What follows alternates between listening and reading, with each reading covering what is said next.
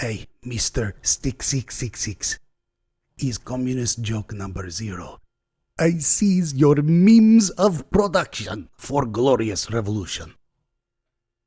It was funnier in my head.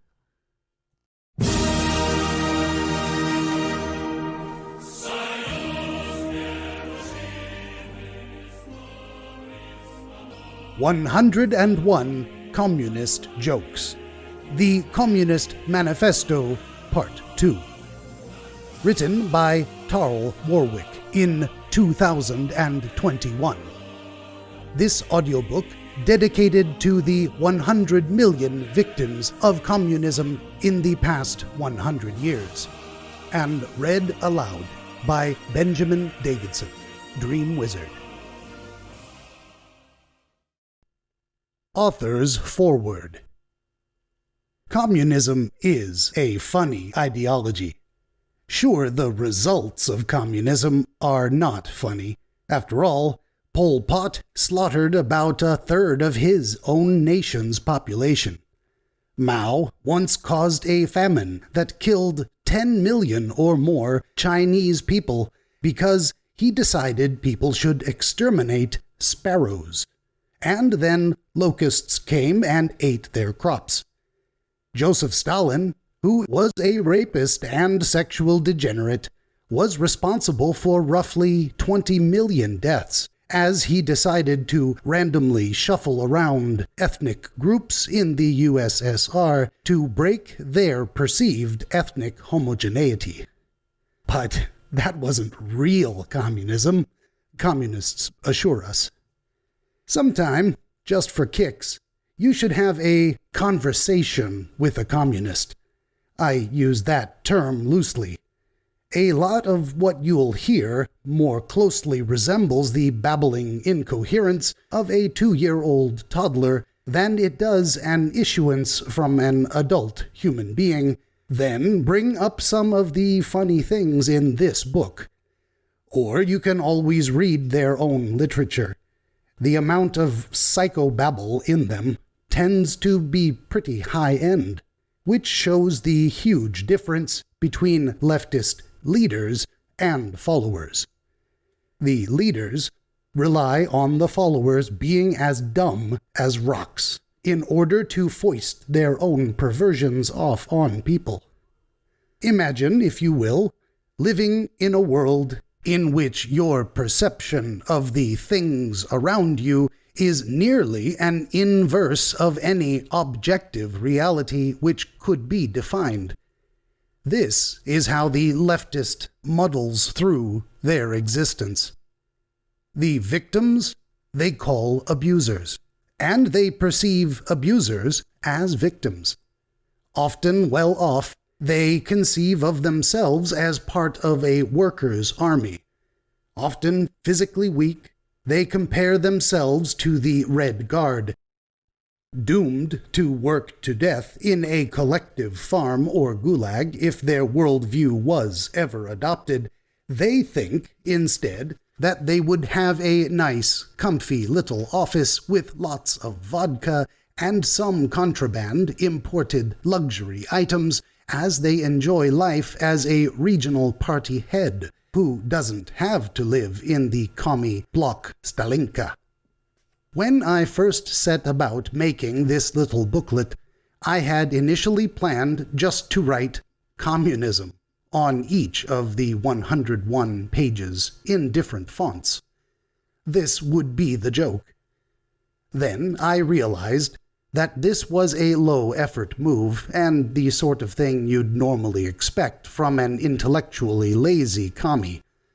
But I'm a good capitalist, and I figured it would be more fun to actually crack a few wry one-liners at the leftoid's expense. Initially, solely to lampoon communists, I decided to just ridicule leftists in general, both because they deserve it, and because there's no one universal definition of communism. So I guess I can just call anyone a commie if I want to. It is worth noting in this obviously satirical work, I have to point out communists do not comprehend humor, that communism these days has merged with globalism in general, and is no longer your grandpa's ethnic or nationalistic movement, and now has tainted even supposedly capitalistic Western nations. It is the responsibility of all people to condemn, revile, ridicule, and expose the menace wherever it is found. Let the ridicule begin. Here are 101 of the best communist jokes ever. Number 1. Communism. That's the joke. Communism is a joke. Number 2. Karl Marx. He was a joke too. A pervert and armchair expert, he barely studied most of the subjects he thought of himself as being versed in, and spent years mooching off his slightly less intellectually bankrupt friend. No lover of men's beard care products or conditioner, Karl Marx is perhaps best known for spawning an ideology responsible for 100 million deaths, give or take a few million, something he would likely approve of. His theory was, funnily, derived from his ignorance of anthropology, something which makes sense, since he never once physically interacted with the tribes he based his conception of primitive communism on. It is not clear whether his scraggly pirate beard came from being too friggin' lazy to shave it, or if he was making some sort of demented fashion statement. Number 3. Critical race theory. It isn't a theory. It isn't critical that anyone learn about it, and it's racist. Sort of defeats its stated purpose, except for the being influenced by Marxism part. Number 4. Leftist economics. If you want to manage an economy, it helps to actually understand how economics work. Number 5. Stalin. Imagine being such a twisted commie that even a lot of commies don't want to be associated with you, and vehemently look for ways to prove to people that your ideology isn't even communism. He was good friends with Adolf Hitler until Hitler decided to invade Poland. Then he mooched off the US while marching millions of peasants to their death, getting killed by the Nazis at about a 4-to-1 ratio. He is considered a strategic genius by tankies. Number 6. Real communism. Every possible iteration and variant of communism has been tried, but each one is opposed by all other communist groups on the basis that it isn't actually communism. Since communism is supposed to be the innate and natural state of mankind, this is one hell of an admission of failure. Number 7. Engels. For a supposedly slightly more intelligent counterpart to Karl Marx, Engels sure didn't seem to have an issue with Marx grifting off of his income. Number 8. Trotsky. Imagine being a commie, knowing commies are violent and territorial, and that you have a massive target on your back, but you still get ice-picked. What a loser. Number 9. CIA subversion. Every time that a communist or generally leftist system collapses, the spooks at the CIA are inevitably blamed. While the CIA coke snorters are undoubtedly involved in overthrowing various regimes, the communist does not believe that any other method exists for their glorious system to fail.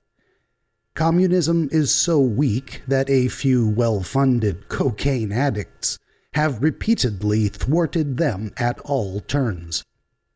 The CIA is like Inspector Gadget, inexplicably stopping Dr. Claw episode after episode, no matter what technological devices are deployed against him, all while constantly cracking dad jokes and waving a robotic umbrella around.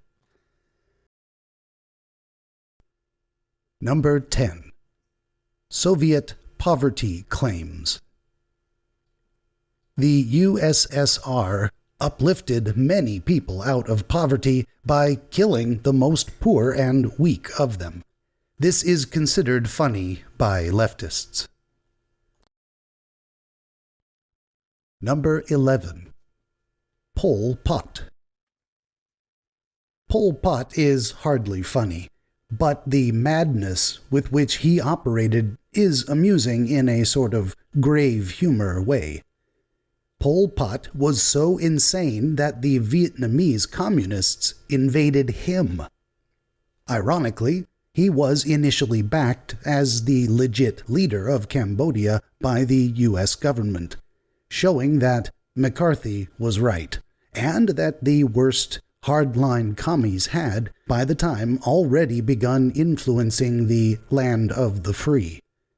Pol Pot was a lover of landscaping, and frequently decorated his properties with piles of human skulls.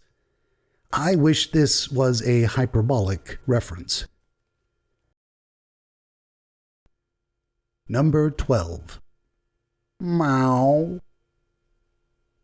Chairman Mao was a fat imbecile who decided that the entire nation should melt down every metal implement available for industrial needs.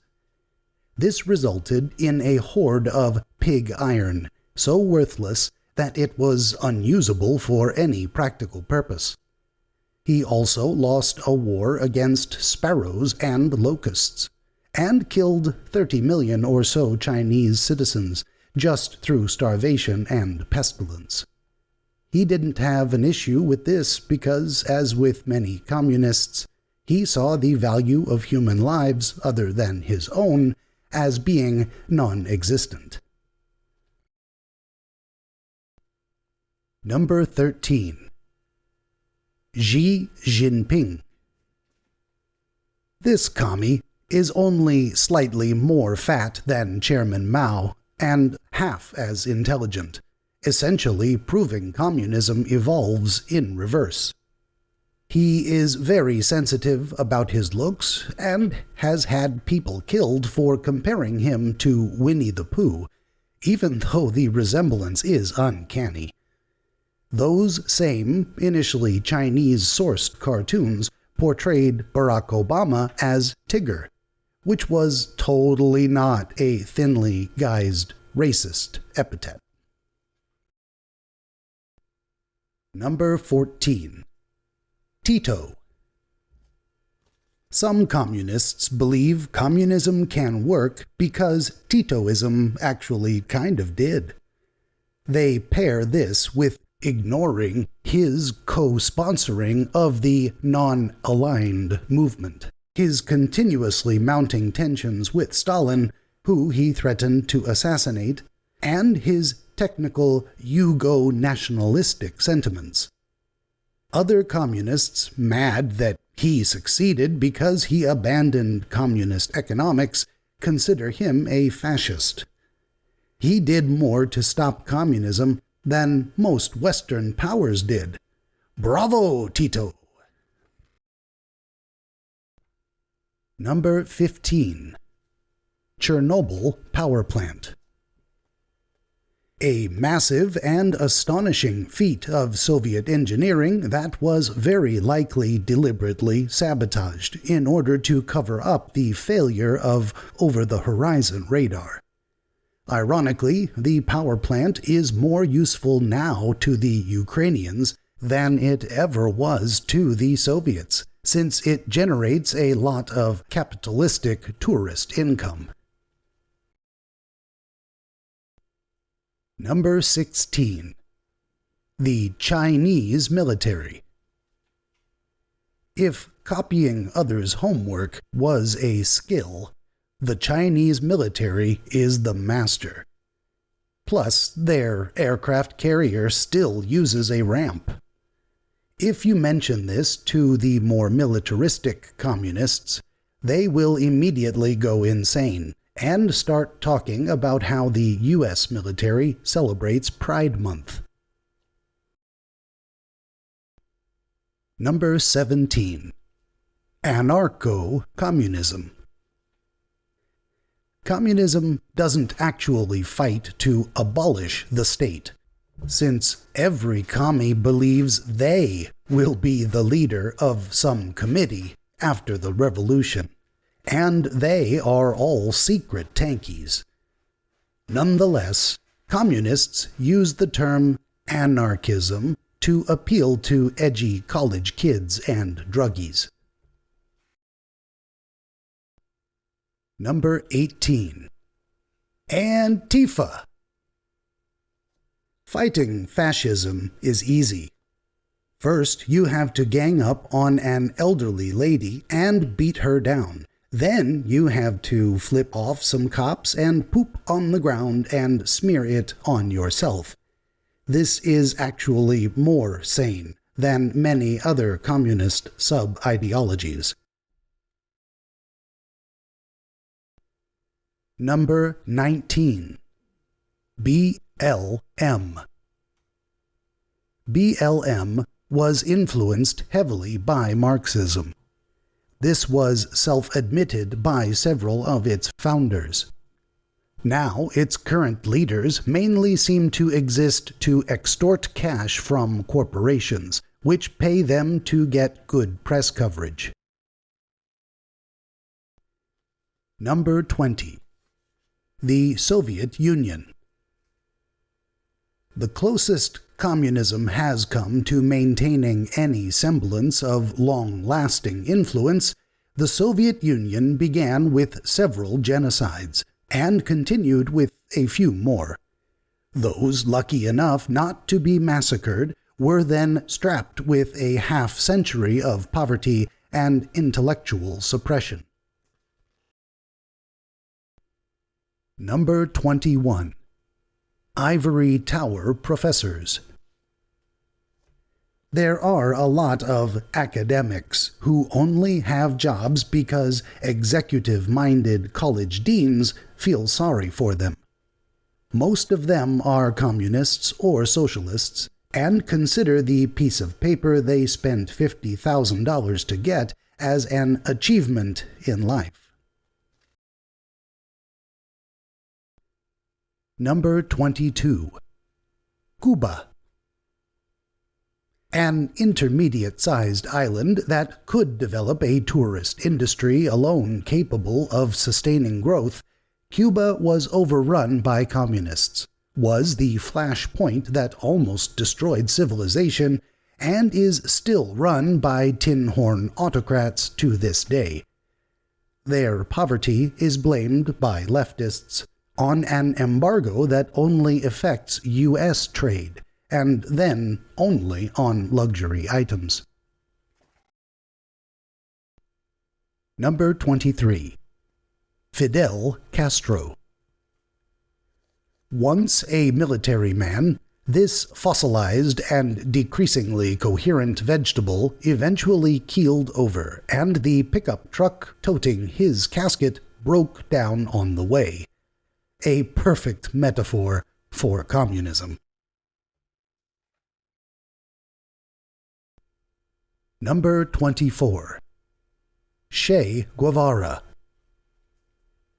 A lightning rod for the admiration of college kids who did not study history, Che Guevara was an asthmatic coward who ended up getting killed, and his mangled corpse was strapped to a CIA helicopter for shipping.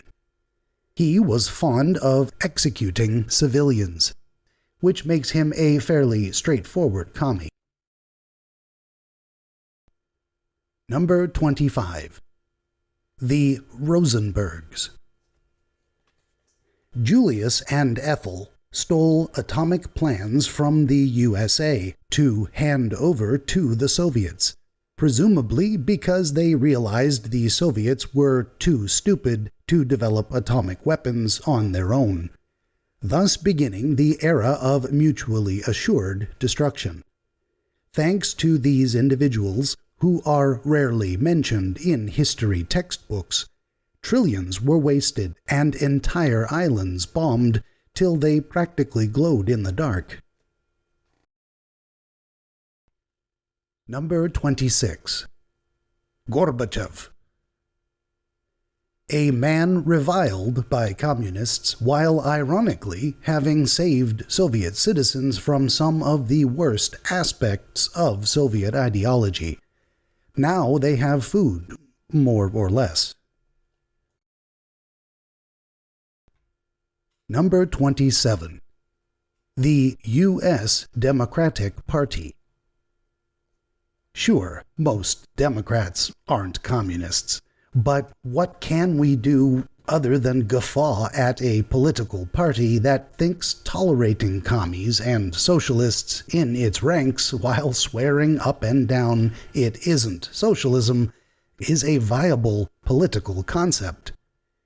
These sleazy, empty suits have spent years using left-wing college kids as cheap pawns, and now are getting their comeuppance. Number 28. Progressives. Nothing says progress like adopting just some of the failed fiscal and social policies which have previously destroyed a dozen nations. Number 29. Tankies. Utter morons who lionize the Soviet army, even though its entire winning streak was solely the result of capitalistic U.S. Lend-Lease programs requiring massive private infrastructure and Uncle Sam's deep pockets. Were it not for that, the USSR would have been fighting the Luftwaffe with biplanes. In fact, at first it did. Pew pew! Number 30. Starbucks Marxists. Also known as champagne socialists. Effete trust fund suburban kids who have never worked a day in their lives, who only endorse leftist economics because they were told it would help the poor that they never met and the oppressed they never really want to associate with. Number 31. Bread Tube. Also known as breadliners. A collective of astroturfed, normally well-off vloggers who seek to de-radicalize people by converting them to Marxism. Not one of them would survive communism, though, as their body mass index is usually far too excessive. They see no irony in begging for donations from their gullible fans, or using platforms run by cutthroat and supposedly capitalistic corporations. Number 32. The NBA. Basketball is big in China, and this forces the NBA to suck them off at all times. Some players seem to have an awful lot of respect for China, despite its routine human rights abuses and use of slavery. probably because they get big bucks from companies exploiting that slavery and child labor.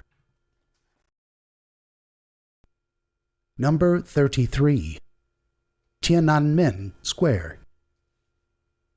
I just inserted this joke in this book, so it'd be illegal for anyone in China to have a copy, including their censorship-pushing army of CCP shills. Enjoy the gulag, my redistributionist friend. Free Tibet! Number 34. Helicopters. The mortal enemy of communists. Number 35. Bernie Sanders. A washed-up and incoherent coot who has ranted about the same 3 or so issues since the 1970s, but still believes the great People's Revolution is coming. He spent his honeymoon in the USSR, and everyone wishes he had remained there. He rants about the importance of socialist medical care while openly endorsing massively sugary and nutrition-free ice cream to anyone near him. Everyone expects he will be the one that serves Joe Biden the scoop that finally bursts his next aneurysm. Number 36. The Berlin Wall. The ultimate self-satirizing move the Soviets ever made, giving limitless opportunities for Western nations to decry communism. One of the few examples in history where a supposedly prosperous and growing power attempts to build a wall system to keep people from leaving. One family escaped by using a hot air balloon that did not even have basic controls, proving that mid-18th century technology is better than communism. Number 37. Alexandria Ocasio-Cortez. A brainless girl who imagines herself to be a considerable political force, but at the end of the day is constantly muzzled by the neoliberals who actually control the U.S. Democrat Party. The less intelligent, far less attractive version of Jane Fonda. Number 38. 欲望续心. A Chinese term roughly meaning stay true to the mission. As with virtually every other patriotic term in mankind's history, it is an empty slogan, similar to Build Back Better, Patriot Act, Clean Coal, or I Did Not Inhale. Number 39. The Young Turks.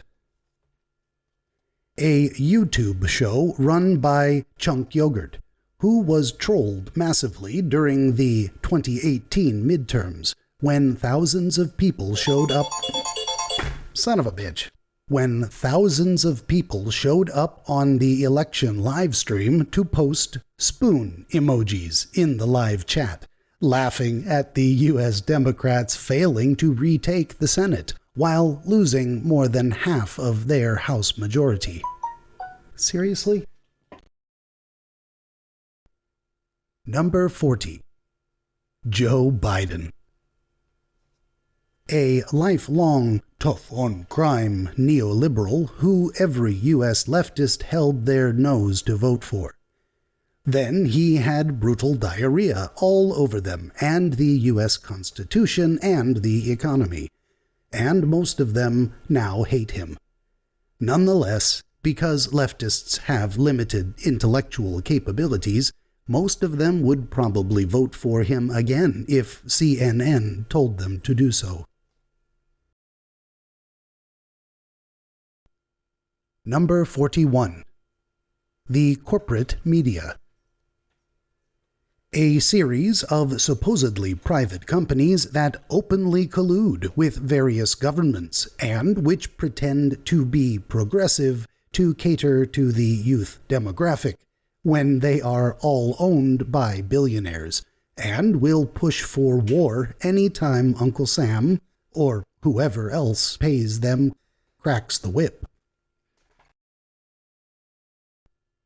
Number 42. Wokeness. The level of one's wokeness is synonymous with the level of one's susceptibility to corporate and political propaganda. Corporations pretend to be woke in order to fool leftists into buying more materialistic junk. Number 43. Socialism, which is 1. Communism rebranded to fool people. 2. A half step to communism. And 3. Communism for trust funders. Number 44. Cringe fringe. A term for leftists which attention seek by constantly attempting to create definitions of what is problematic, applying it to others, and pretending to be offended. Those few who are genuinely offended, and not pretending, are prone to end up in insane asylums from time to time. Number 45. China's existence. It's actually West Taiwan. Number 46. Workers. People who are assured they won't be sent to the gulag or a rock quarry when communists take control. Sadly, they will be sent to a gulag or rock quarry. Number 47. Equity. A buzz term used by leftists that they insist is about elevating the lower classes, but really is about dragging down those who have succeeded, as a form of ersatz progress. Number 48. State capitalism. A buzz term used by communists to deflect blame for when their system fails. Any system which fails, inevitably, under communism or socialism, is rebranded because it inevitably does not conform to the ever-changing, malleable concept of real communism. Number 49. The bourgeoisie. Anyone who has more than one potato is considered bourgeoisie under a communist system. These enemies of revolution have somehow hoarded 2 or more potatoes and should be punished for anti-revolutionary activities. Number 50. Dekulakization. The Soviets forced millions of people off their land and abused them because the Soviets did not understand how economics work. This is why tens of millions of people starved in the Soviet Union. People who would wither without their daily Starbucks and soy continue to idolize this move to this day, thinking people managing to make it under the czars were somehow subversive for doing so. Number 51. Late-stage capitalism. A common lemming-like chant which comes from leftists when nations and economic systems they have poisoned inevitably begin showing signs of stress and/or failure. Number 52.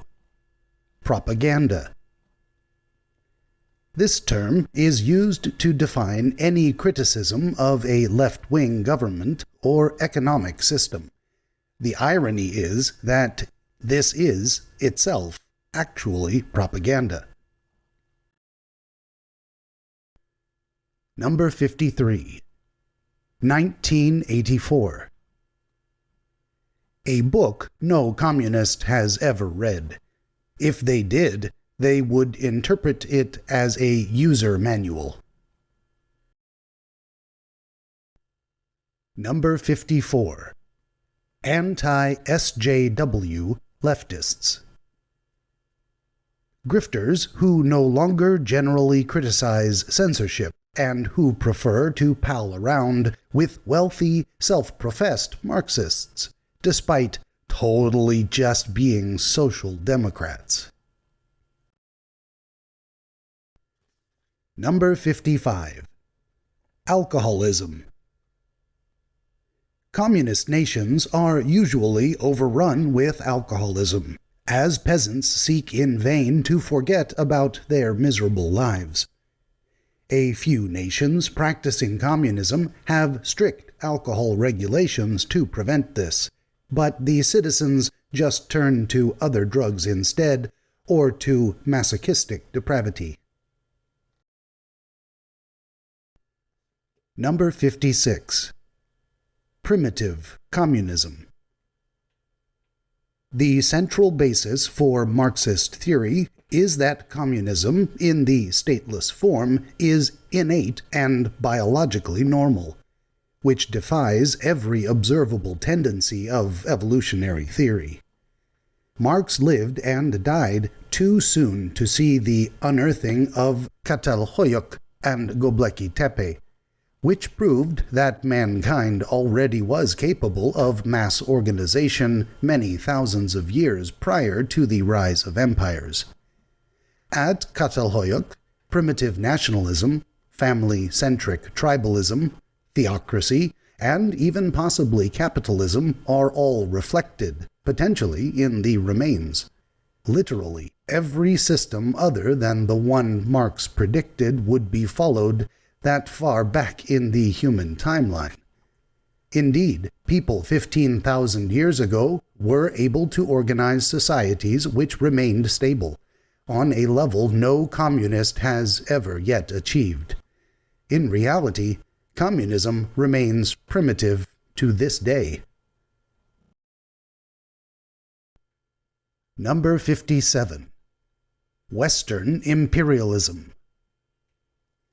The notion that China, the USSR, and similar states have never ever invaded or subverted other nations, and that only the big bad United States and its lackeys have ever done so. Number 58. Primitivism. A bizarre form of anarchism which roughly resembles a dumbed-down conception of the basic premise Pol Pot endorsed, in which people are meant to abandon modernity and return to the hominid state of evolution. A stark denial of the long-term basic idea of evolution, in favor of playing around with rocks and sticks. I suppose the rocks and sticks would be communally owned. Number 59. Hippies. Sometimes wrongfully labeled communists by both right-wingers who hate them and leftists seeking to befuddle college kids with marijuana and bright colors, few hippies ever promoted communism, and a lot of them ended up settling in the Pacific Northwest and becoming survivalistic anarcho-capitalists who bitterly hate the state and all forms of regulation. Number 60. The Vietnam War. One giant snafu in which the U.S. government fought communism by becoming more like communists, wasting years of time and tens of thousands of lives for absolutely nothing. Number 61. James Bond. A brand that used to mainly be about stopping commies or evil scientists and ridiculing them both, but will absolutely be going woke soon, and will become unwatchable, corrupted, and stupid, just like Disney's Star Wars franchise, which deviates from enormous piles of potential canon in order to rehash the same trilogy over and over. Number 62. Apple Inc. A company which benefits from forced labor in China, where their factories, at least in the past, actually had nets outside the windows to prevent workers from committing suicide by jumping out. Chinese minerals, mined in even more depraved North Korea, are used in many of their products. Number 63. Nike. A dumb and overpriced shoe brand. Sort of like the clothing equivalent of Apple, but twice as obviously bought off. Number 64. Big Tech. A conglomerate of tech firms based in California which once stood for free expression, but now sound more and more like Beijing mouthpieces, pushing a social credit score system. Number 65. California. A state in the United States, slowly becoming more and more socialistic. As it does, more and more people leave. Politicians there are confused as to why that is happening. Sadly, some Californians take their ideology with them, and they are beginning to infect other states with their madness. Number 66. Colin Kaepernick. Famous for kneeling a few times. Also can run around and hold a ball at the same time. Very talented for a leftist. Number 67. Racist. A term used by leftist figures to describe anyone who dislikes them or their economic proposals. Also used by the U.S. Democrat Party to describe anyone voting against their bills. Number 68. CNN. The Commie News Network. A mouthpiece for globalism and tyranny, which lies to its viewers on a constant basis. 69. Groucho Marx. Not actually a relative of Karl Marx, which should be obvious since he had a job and a sense of humor. Number 70. The Weather Underground. A leftist terrorist group that bombed government buildings during the Vietnam War era, failing to accomplish anything. Totally not socialist politicians have sometimes been strangely close to some of its figures. Number 71. Barack Obama. Totally not one of those eye-rollingly cringe college kids who toyed with communism and socialism before they realized how great being rich was. Number 72. Nazis. Socialists. Socialists, as always, claim they weren't really socialists. This is despite the NSDAP adopting explicitly redistributionist, centralized policies. Socialist FDR shared their love for race-based concentration camps. Number 73. Social Democrats. Socialists, too dishonest or afraid to use that term to describe themselves. Number 74. Democratic Socialism. Socialism in which people vote socialists into power before they are lined up against a wall and shot, or sent to work in a gulag, as opposed to normal socialism, where the socialists line them up or gulag them without needing to be voted into power due to their numbers. Number 75. The Nordic Model. Supposedly a form of socialism, and held up by socialists as evidence their system can work. The Nordic model is based partly on hyper-deregulation of the sort leftists in most of the world label fascistic. Number 76. The Red Scare.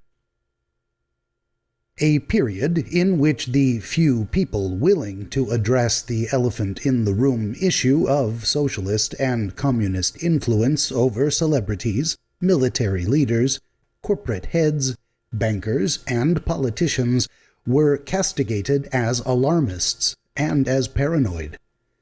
While some of their claims were hyperbolic and discredited, they were later proven to have been at least partially correct. Oops. Number 77. Juche.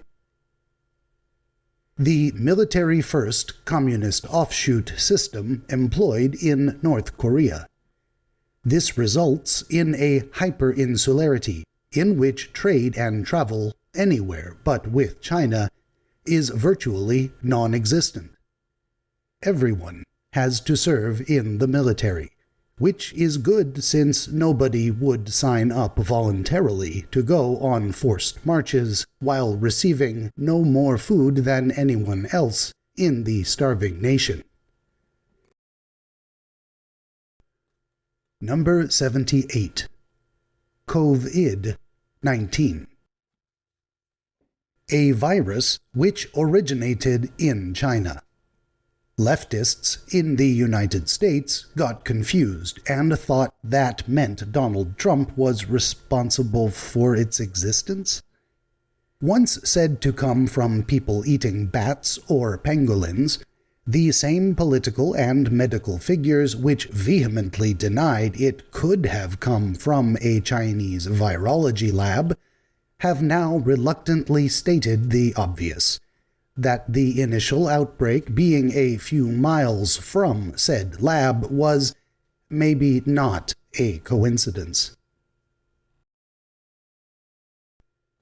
Number 79. Punk rock. Once listenable, this music genre has developed into whining and wokeness. No Green Day fan has ever apparently heard of G.G. Allin or Johnny Rotten. Number 80. Food. Something rare in communist nations due to poor central planning, embezzlement, and inefficiency of distribution. Number 81. Breadlines. Something Bernie Sanders praises, and which were common in the Soviet Union. Under capitalism, sometimes you have breadlines, But under socialism, sometimes you have bread. Number 82. Memes. The left self-satirizes constantly, and leftist memes tend to follow one of two basic trajectories. Memes so convoluted and over the top that a person will get bored even witnessing the meme. Often this takes the form of excessive text usage. Or memes which make a point so stupid and exploitable that it accidentally provides fodder for other people to make fun of it, and or the creator of the meme. See Chud. It has been said that the left can't meme. This is undeniably the case. Number 83. Purity spiraling. This term describes when a group continues to become more and more extreme or incoherent over time, as the more fanatical members compete for limited attention, resources, etc. This is currently happening in the U.S. Democrat Party, causing them to plummet in popularity, which is no more than they deserve. Number 84. The Lincoln Project. An assortment of laughable rich dudes who once pretended to be disaffected Republicans, and whose fans imagine them to have a sort of outsized impact in the U.S. political system. Their takes are about as you'd expect from out-of-touch, wealthy, pudgy, middle-aged white guys. Cringe wall to wall. Number 85. Soy. Soy is a perpetual left-adjacent term, because so many leftists seem to enjoy veganism and fad dieting. Most Marxists do not share this tendency. Indeed, some of them seem to go out of their way to eat unhealthy food, just to differentiate themselves from the weakling soy left. This is why so many Marxist commentators are fat, greasy slobs. Number 86. Fact-checking. Engaging in propaganda and lying in order to deceive people, often conducted by the legacy media. Number 87. Andrew Cuomo. An alleged rapist and confirmed killer of grandmas. He currently serves as the governor of New York, and somehow has escaped repercussions for lying to his whole state. That is likely because his entire state is used to being lied to, and does not see this as a problem. That, in turn, is probably why New York continues to vote heavily for the U.S. Democrat Party. Number 88. Michael Avenatti. Once held up on a pedestal by the entire lamestream media and the U.S. Democrat Party, Avenatti was eventually sued by a high-profile former client, and then got put in prison for extortion. Since then, there has been a virtual media blackout about him, because it isn't good to have praised an extortionist and toyed with the idea that they should run for the presidency. Basta! Number 89. Inflation. Something which everyone used to understand was generally not good except in small amounts, but is now foretold to be just fine or even good to have in excessive amounts by propagandists now that the U.S. government is run by a liberal with no economic comprehension. Number 90. ACAB. An acronym chant beloved by leftists until their home gets broken into, and gun-hating as they tend to be, they have to cower in a closet and wait for the sheriff to show up and save them. Number 91. Workers' rights. Something cherished by leftists until it comes to those workers not wanting to unionize, or if the worker suddenly starts their own business. Number 92. Utopia. Something communists especially seek to achieve. They think this will best be accomplished by slaughtering much of the population and ripping apart the concept of the constitutional system. Number 93. Diversity. A buzz term used by corporations to sell things to leftists, and used by governments to silence dissent. An abstract concept in which it is believed that a nation or business cannot function unless it looks like a bowl of Skittles. Number 94.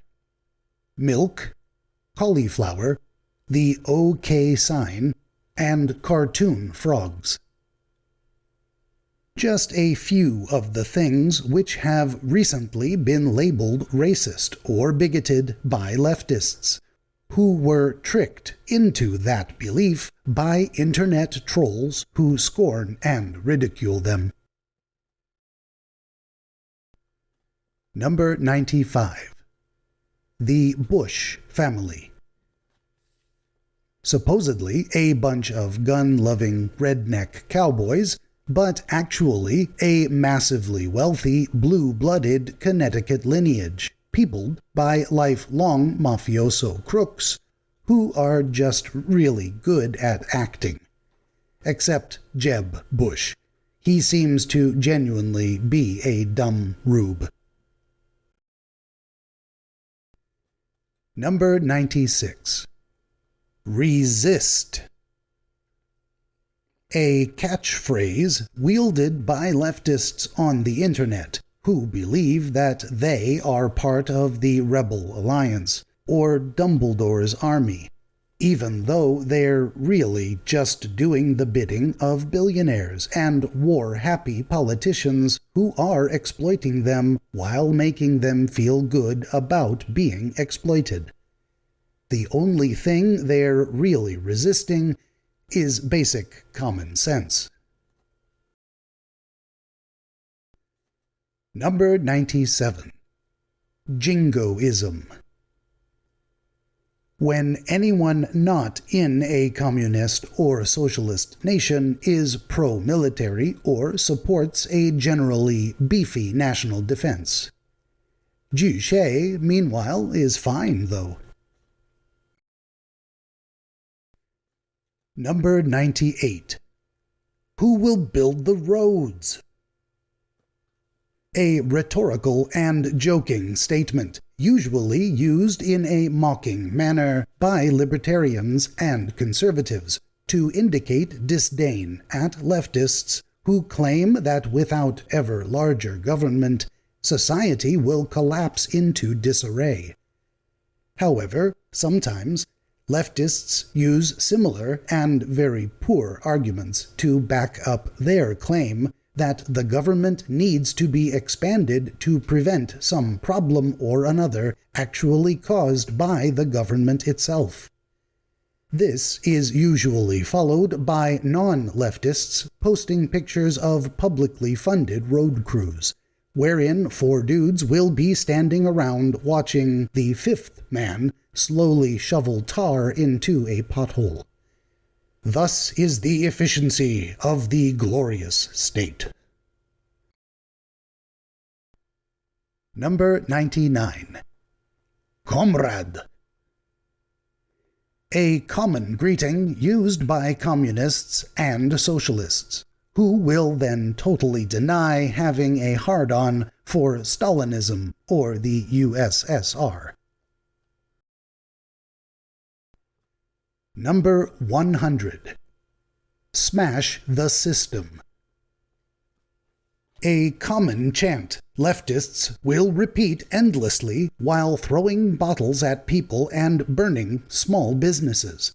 Of course, they only want to smash the system long enough to appropriate more wealth for themselves, each one of them imagining that in the new system they will be a significant person and not dead, enslaved, or in crushing poverty, like has happened to most people after every prior leftist revolution.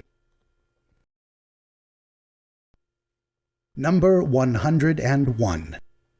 CHUD. Acronym for Cannibalistic Humanoid Underground Dwellers, taken from a cheesy 1984 film of the same name.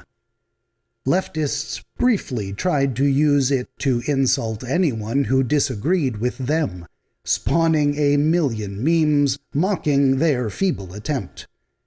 Now it is used by some right-wingers to describe themselves, since the concept of juxtaposing the chud with a soy-sucking and weak-wristed leftoid seemed too funny to not do.